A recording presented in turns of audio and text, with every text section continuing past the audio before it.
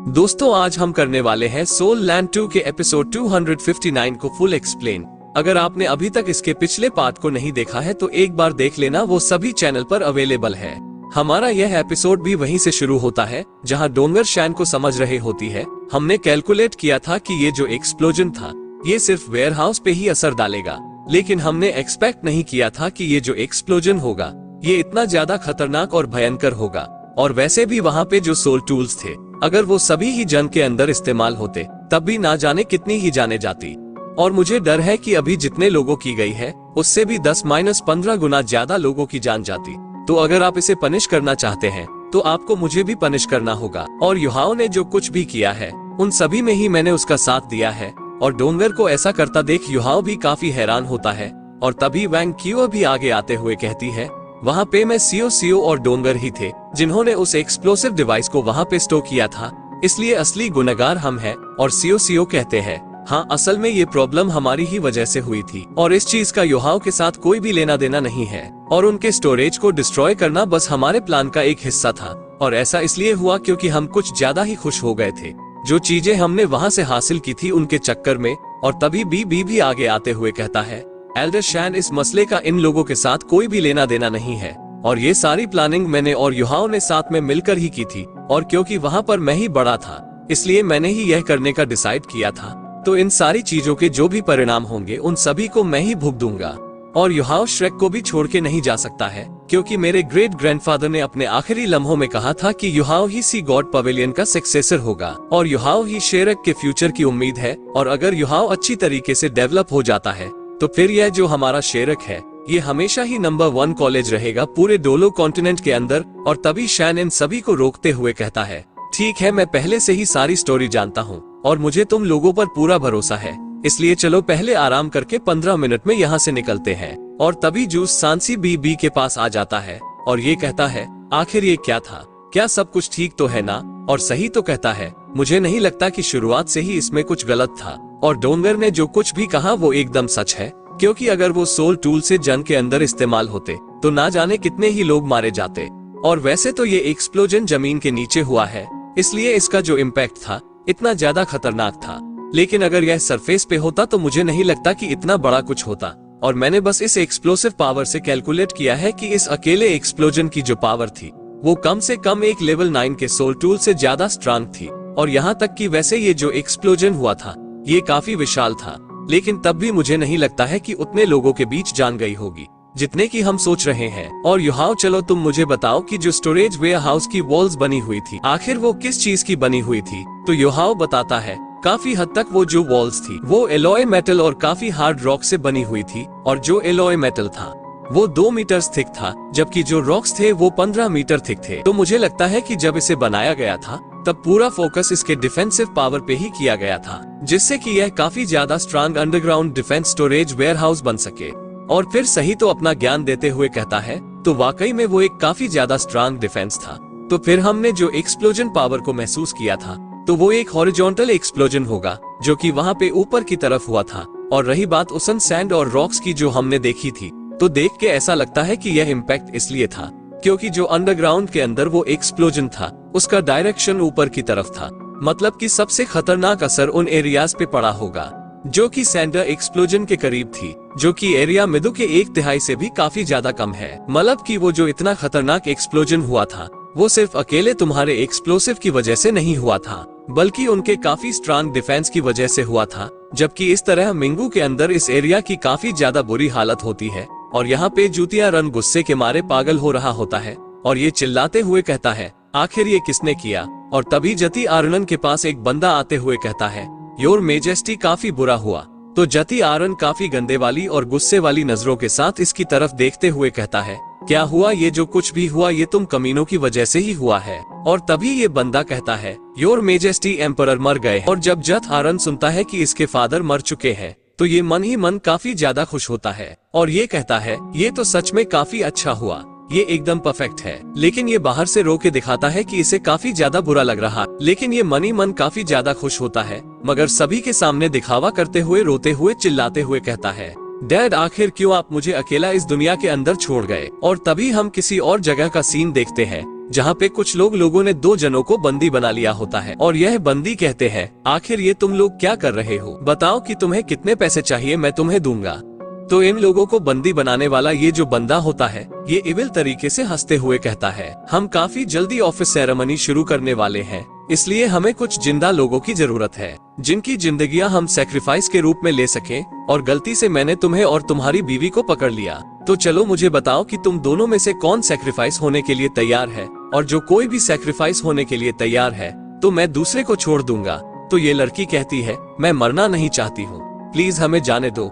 लेकिन तभी यह बंदा रोते हुए चिल्लाते हुए कहता है, मैं मरना नहीं चाहता हूँ, आप इसका बलिदान दे सकते हैं। तो इस चीज को सुन के ये लड़की काफी गुस्से में कहती है, आखिर तुम ऐसा कैसे कर सकते हो, और तुमने तो कहा था ना कि तुम अपनी जिंदगी से मुझे प्रोटेक्ट करोगे। तुम तो एक नंबर के झूठे निकले, और तुम तो बस ये चाहते हो कि मैं अपने आप को सैक्रिफाइस कर दूं सिर्फ तुम्हें बचाने के लिए, और मैं हमेशा से ही तुम्हारे प्रति कितनी अच्छी रही हूँ, तो क्यों ना तुम अपने आप को ही सैक्रिफाइस कर दो मेरी जान बचाने के लिए। जिस पर ये बंदा कहता है, हम सिर्फ एक ही बार जीते हैं, और एक बारी जो हमारी जान चली गई तो मतलब कि चली गई। तो ये लड़की सतिया जाती है और यह काफी इविल तरीके से खुश होते हुए हंसते हुए कहती है, भाड़ में जाओ, तुम ही हो जिसे मरना चाहिए, प्लीज इसे मार दो, इसे मार दो और इसे ही सैक्रिफाइस के रूप में इस्तेमाल करो। और तभी अचानक से इस मिट के अंदर कोई अननोन एनर्जी इन दोनों को मार देती है। तो ये दोनों बंदे आपस में बात करते हुए कहते हैं, ये जगह तो सच में काफी ज्यादा अजीब है, और यह जगह पक्का उन आदमी और औरतों से इंस्पायर हो रखी है जिन्होंने अपने प्यार को धोखा दिया है, और एक बारी जो यह एक्टिवेट हो जाए तो इससे बच के भागने के बारे में तो सोचना भी नहीं चाहिए, क्योंकि यहाँ तक कि भगवान भी इससे बच नहीं पाते हैं। और जो भी इंसान अंदर होते हैं वो, जिसके बाद हमें रात के समय कहीं और का सीन दिखाया जाता है, जहाँ पे योहाओ कहता है, ये जगह तो काफी जानी पहचानी सी लग रही है, और ऐसा देखता है कि 1 घंटे हम इसी जगह से गुजरे थे। जिस पर शैन कहते हैं, तुम्हारे कहने का मतलब ये है कि हम पहले ही इस जगह से गुजर चुके हैं। तो क्या ये वेस्ट माउंटेन के अंदर कोई भूल भुलैया है और हम जो अपनी एबिलिटीज के दम पे डायरेक्शन जज कर रहे हैं, तो इसमें तो कोई भी गलती नहीं होनी चाहिए। जिस पे योहाओ कहता है, एल्डर शैन, मैं दावे के साथ कह सकता हूँ कि हम पहले भी इसी जगह से होके गुजरे हैं, और अब जब हम यहाँ पे हैं तो मैंने अपने आसपास के रास्ते को स्कैन किया है, इसलिए यहाँ पे जो कुछ प्लांट्स हैं उन पे मेरी अब भी स्पिरिचुअल इम्प्लांट्स हैं। तो मैं जो ये कह रहा हूँ कि हम पहले भी यहाँ पे आए हैं, तो इसमें कोई भी गलती नहीं है और मैं एकदम सही कह रहा हूँ। तो शैन कहते हैं, अब जब तुम्हें ऐसा लगता है तो अब हमें क्या करना चाहिए। तो योहाओ कहता है, अभी काफी ज्यादा अंधेरा हो चुका है और मैंने अपनी स्पिरिचुअल डिटेक्शन को भी इस्तेमाल करने की कोशिश की है, तो मैंने रफल यही महसूस किया है कि मैं अपनी स्पिरिचुअल पावर की मदद से भी मैं हमारे रास्ते को डिटेल में ऑब्जर्व नहीं कर पा रहा हूँ, इसलिए हमें सुबह तक का इंतजार करना चाहिए। तो ली जवान कहती है, ठीक है, तो फिर हम सुबह तक इंतजार करते हैं और सभी से ही कह दो कि आज रात हम यहीं पे गुजारने वाले हैं। तो शैन इससे कहते हैं, कोई भी ग्रुप से अलग मत होना और लीज सभी के समय को अरेंज कर दो जिससे कि वो बारी बारी से गार्ड कर सके। जिसके बाद ये सभी ही कैंप फायर जला के यहाँ पे आराम करने लगते हैं और इस जगह योहाओ काफी उदास बैठा होता है। हम योहाओ के ग्रुप के कैंप फायर का सीन देखते हैं जहाँ वान डोंगर वान क्यूआईवे के पास आके कहती है, वैंग क्यूआ, मैं तुम्हारे साथ कुछ डिस्कस करना चाहती हूँ। और वैंग क्यूआ के पूछने पर डोंगर बताती है, योहाओ आज काफी ज्यादा थका हुआ है, लेकिन इसे वापस से भी अपनी स्पिरिचुअल डिटेक्शन को इस्तेमाल करना है, इसलिए इसे जल्द से जल्द अपनी एनर्जी को रिकवर करना होगा। तो हम इसके साथ मार्शल सोल फ्यूजन को परफॉर्म कर सकते हैं, और अगर हम साथ में कल्टर हैं तो जल्दी रिकवर करने में मदद मिलेगी। इसलिए मैं तुमसे पूछ रही थी कि क्या तुम मेरी मदद करोगी, और इस चीज के लिए वैंग क्यूआ मान जाती है। तो डोंगर काफी ज्यादा खुश हो जाती है, जिसके बाद ये दोनों ही मिलक युहाओ के साथ मार्शल सोल फ्यूजन को इस्तेमाल करते हैं जिससे कि युहाओ जल्द से जल्द रिकवर कर सके। और इस दौरान युहाओ मन में कहता है, बॉडी के अंदर जितने भी मेरिडियंस हैं उन सभी में काफी रिलैक्स्ड महसूस हो रहा है, और यहाँ तक कि इससे स्पिरिचुअल पावर भी रिकवर हो रही है। और तो ऐसा भी महसूस हो रहा है यह इतनी तेजी से रीज जितने की सुबह पर्पल डीम आई को प्रैक्टिस करते समय होती है, और मेरी पूरी बॉडी काफी हल्की महसूस हो रही है, और ये फीलिंग सच में एक्स्ट्रा ऑर्डिनरी है।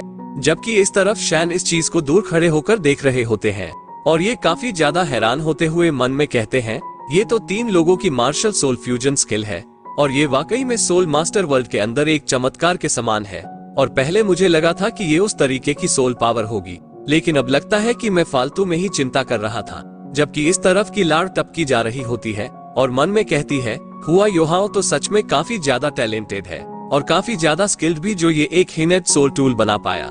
और अगर अभी सिचुएशन इतनी गंभीर ना होती तो मैं जरूर उस चीज को आजमाती। जिसके बाद हमें सनमून एम्पायर के रॉयल पैलेस का सीन दिखाया जाता है, जहाँ पे सूती आरन पूछता है आखिर सिचुएशन क्या है। तो जो सबॉर्डिनेट होता है वो कहता है सिचुएशन स्टेबलाइज हो चुकी है, लेकिन हमारा कुछ ज्यादा ही नुकसान हुआ है। खासकर जो बिल्डिंग सनमून इंपीरियल सोल इंजीनियर अकेडमी की थी वो पूरी तरीके से डिस्ट्रॉय हो चुकी है, और तो और वर्चुअल हॉल की जो अंडरग्राउंड बिल्डिंग थी वो भी पूरी तरीके से डिस्ट्रॉय हो चुकी है। इसलिए मुझे लगता है कि हमारा नुकसान कुछ ज्यादा ही हो गया है। जिस पर जूतिया रन गुस्से से कहता है मैं नुकसान के बारे में सुनना नहीं चाहता हूँ, मैं तो पीड़ितों की हालत के बारे में पूछ रहा हूँ कि अभी उनकी सिचुएशन कैसी है। जिस पर यह बंदा काफी ज्यादा हैरान होता है और यह कहता है हालात अभी काफी ज्यादा अस्थिर है, खासकर उन फैमिलीज की जो कि इस इंसिडेंट से पीड़ित हुए हैं, और उनमें से तो कई तो बेघर हो गए हैं। तो जूत आरन कहता है मेरे ऑर्डर्स का पूरी तरीके से पालन किया जाए और आसपास की सिटीज के जो भी इस्तेमाल किए जाने वाले रिसोर्सेस हैं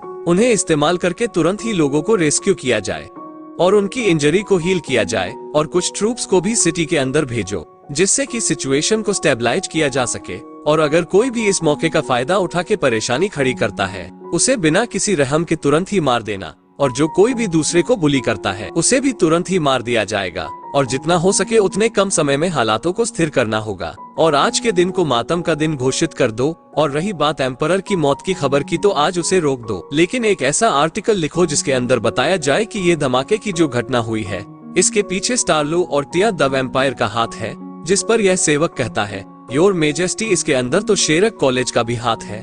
जिस पर ज्योति आरन कहता है इसका जिक्र मत करना, वैसे भी शेरक बस एक एकेडमी ही है, और तो और वो कई सारे सोल मास्टर्स के बीच में स्पिरिचुअल लीडर्स भी हैं, और अगर इन सब के अंदर उनका नाम आता है तो इस चीज से हमारे ही प्लान पर बुरा असर पड़ेगा।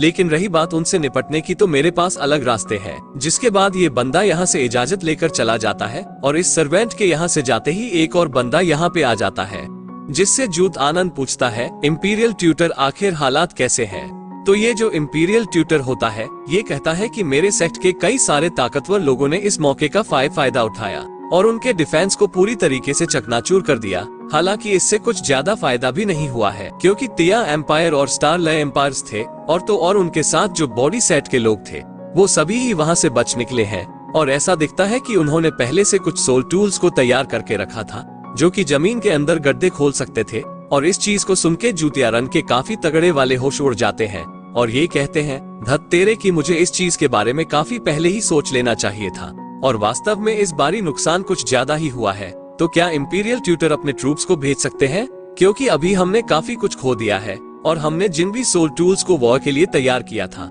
उनमें से ज्यादातर को चुरा लिया गया है, जबकि बाकियों को पूरी तरीके से डिस्ट्रॉय कर दिया गया है।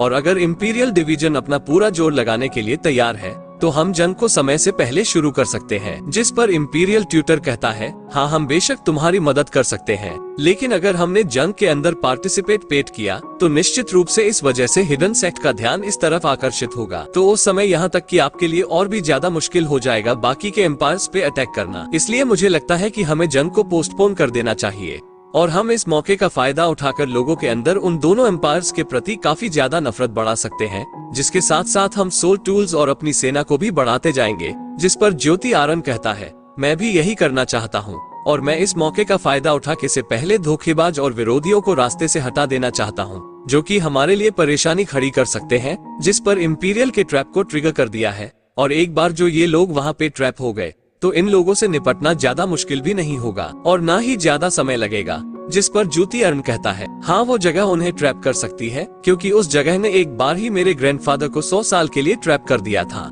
जबकि मेरे ग्रैंडफादर का जो कल्टिवेशन लेवल था वो लंग ज्या याओ से ज्यादा स्ट्रांग था, क्योंकि वो जगह कोई ऐसी जगह नहीं है जिससे कि इंसान लड़ सके, और अगर कोई भी गलती होती है तो वहाँ पे कम से कम 10 सालों के लिए कैद हो सकते हैं, और कई बार तो यहाँ तक कि मरते दम तक। और एक बारी जो कोई भी वहाँ पे ट्रैप हो जाए तो यहाँ तक कि अगर वो एक टाइटल डोलो भी हो तब भी वो इससे बच के नहीं निकल सकता है, क्योंकि उसे भी यहाँ से बाहर निकलने से पहले टेस्ट देने होंगे। और मैंने पहले ही जियाओ फैन को वेस्टर्न माउंटेन्स में जाने का ऑर्डर दे दिया है, और साथ ही साथ 4 एल्डर्स को भी, जो कि एग्जिट को गार्ड करेंगे। तो यहाँ तक कि अगर वो लकी भी होते हैं बाहर निकलने में तब भी बेशक उन्हें मार दिया जाएगा।